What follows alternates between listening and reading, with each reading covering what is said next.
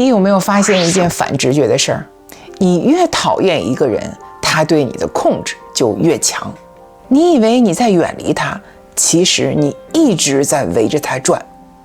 你以为你在讨厌他，其实是讨厌在控制着你。网络上有很多教你走出悲伤、克服焦虑、处理愤怒的视频，但几乎没有人教你怎么可以不讨厌一个人。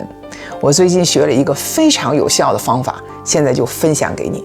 你一定有过这样的经验，你越讨厌一个人，你越容易把他的一切都理解成有问题，你的思维会开始变得不清晰，你的大脑会自带滤镜，这在心理学上叫做敌意归因偏差。如果你曾经被人讨厌过，你一定会对这件事特别有感觉。如果你的老师、父母、朋友，甚至是社交圈的某个人开始讨厌你，你基本上很难再翻盘。你做什么都是错的，你说什么都被误解，你有一种感觉，我已经没有机会了。但更关键的是，你讨厌别人的时候，你也在做同样的事，你也在陷入同样的偏差。它会影响你看到什么，怎么理解，怎么判断，甚至你能想到什么解决方法。所以你会发现，当你讨厌一个人的时候，即使有解决问题的方法，你的大脑也看不见。而且你越讨厌一个人，你体内的皮质醇就越高，你的压力系统就一直被激活。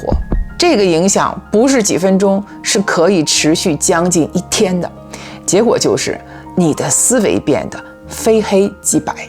你去观察那些长期带着敌意的人，他们很难看到细节，也很难理解灰色地带，也很难真正解决问题，因为他们的思维是极端简化版。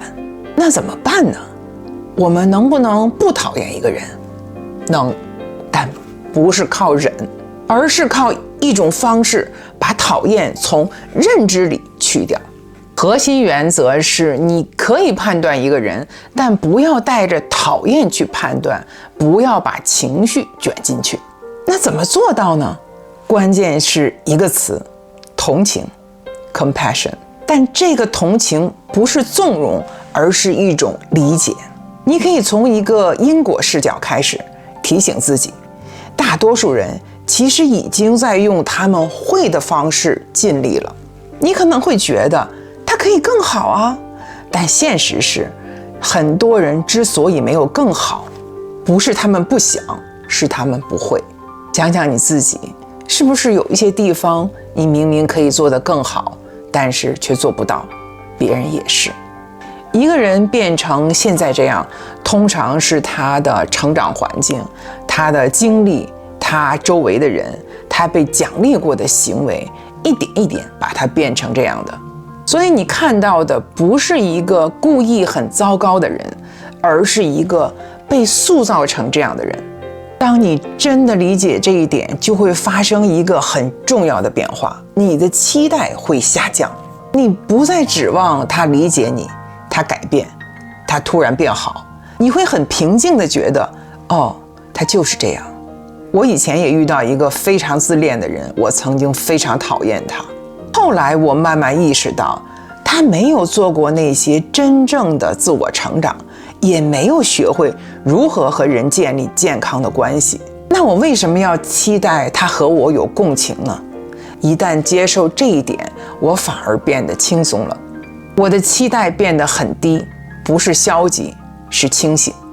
我甚至可以在某种程度上原谅他。但注意，这不代表我放弃判断。你依然可以判断这个人不适合靠近，这个人有风险，然后你基于这个判断做选择。如果你现在正在被某个你讨厌的人困住，你可以试着去想一想，到底是什么把他变成现在这个样子。你甚至知道他可能真的是故意在这么做，但问题是他的人生让他学会了这样做，甚至奖励过他这样做。那你为什么要期待他改变？